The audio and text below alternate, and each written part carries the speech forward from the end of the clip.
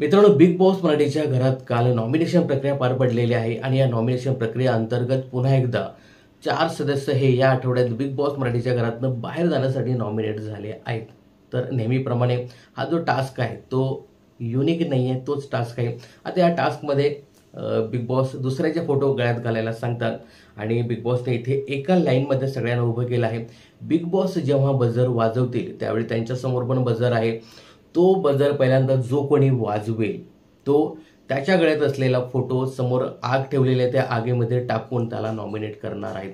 तर याच्यामध्ये 4 सदस्य हे नॉमिनेट झालेत, जसं की अभिजित सावंत, त्यानंतर वैभव चव्हाण, आर्या जाधव आणि इरिना रुदाकोवा अशा प्रकारचे 4 सदस्य हे आठवड्यात बिग बॉस मराठीच्या घरातनं बाहेर जाण्यासाठी नॉमिनेट झाले होते.